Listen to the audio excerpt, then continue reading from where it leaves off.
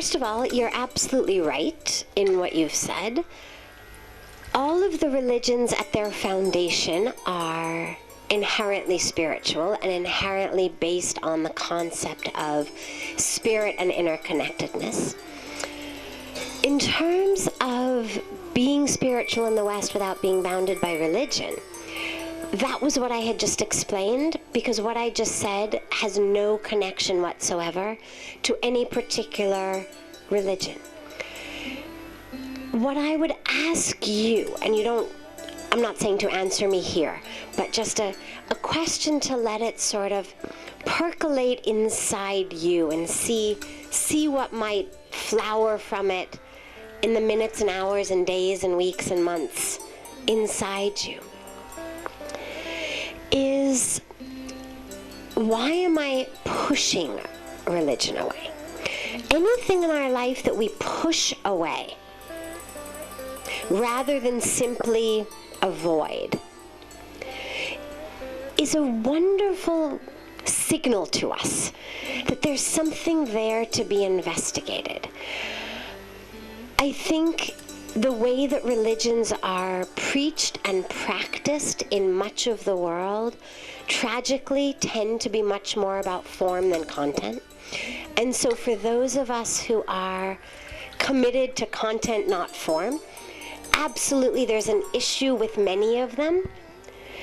But then it becomes sort of just a gentle sense of avoidance, as in, well, I don't go there. It's dinner time. I've got a lot of choices of restaurants to go to.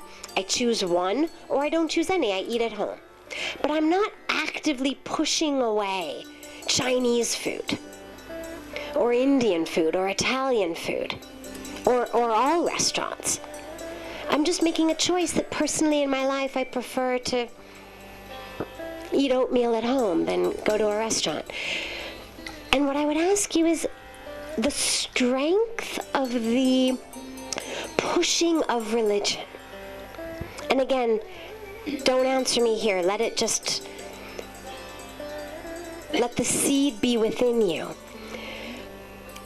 Is in my pushing of the religion away, am I literally throwing out the baby with the bathwater? Might there be something actually in the religion in which I was born, the religion of my family, that actually is beautiful and wonderful and beneficial, and I don't necessarily have to buy into everything? But that doesn't mean that there aren't parts of it that are beautifully inspiring. And the nice piece of it is that while God certainly can read our thoughts, in most cases the priests and ministers and rabbis standing on the platform or bema can't. And so just by being there and praying and being part of a spiritual or religious environment, they don't necessarily have to know that you're not buying into all of it. And you can be benefiting by that environment, by people coming together in the name of God, by people singing God's glories. You can pretty much find faults in almost any organization, whether it's a religious organization, a social organization, an environmental organization. But that doesn't mean that we throw out all organizations.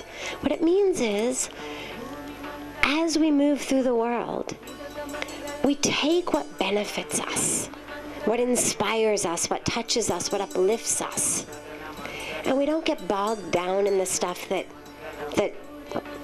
doesn't work for us. That's okay. I always say, if it's okay with you and God, don't worry about anybody else, because ultimately, whether you call it religion or you call it spirituality, it's really just about you and God. And if you and God are okay, don't worry about anything else.